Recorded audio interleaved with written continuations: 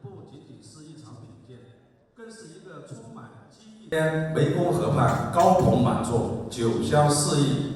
总经理辛小兵先生做中国酒文化始于2023年一个偶然的机会，但真正让我为之震撼并深深吸引。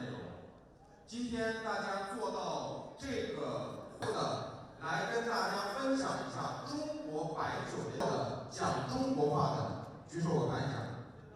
预祝本次品鉴会圆满成功，祝愿我们看到场部人员不仅是在酿酒，更是在用做学术的态度去。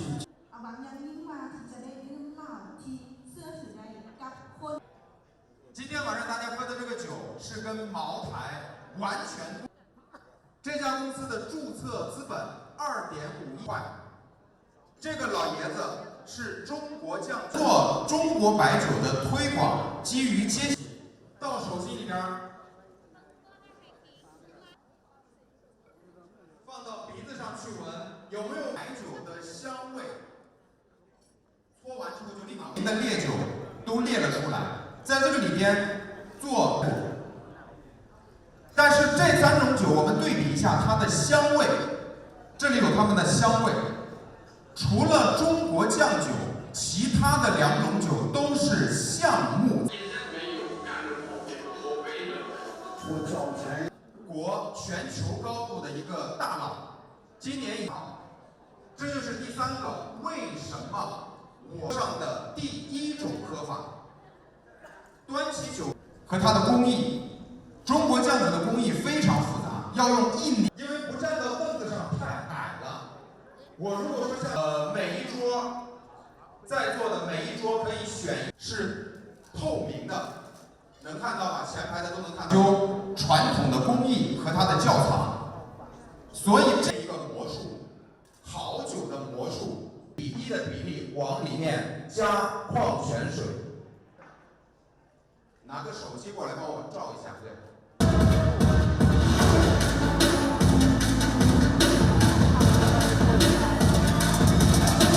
酱酒来自中国贵州茅台镇。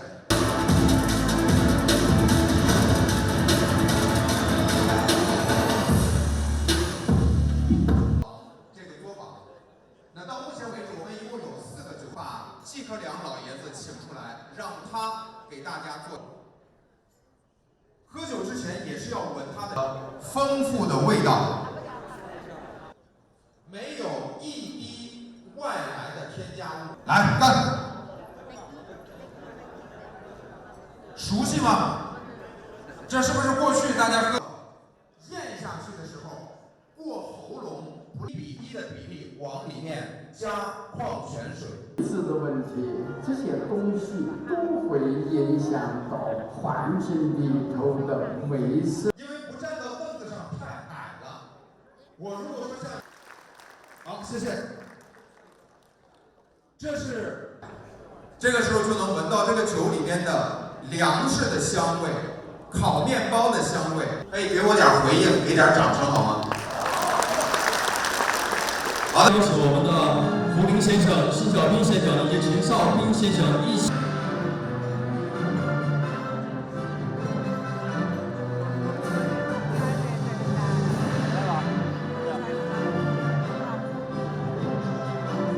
合影行列。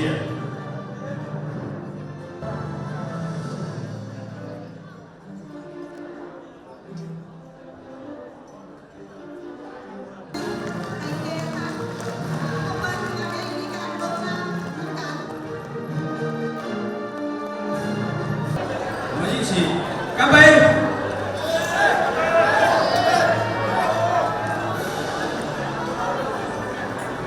好吗？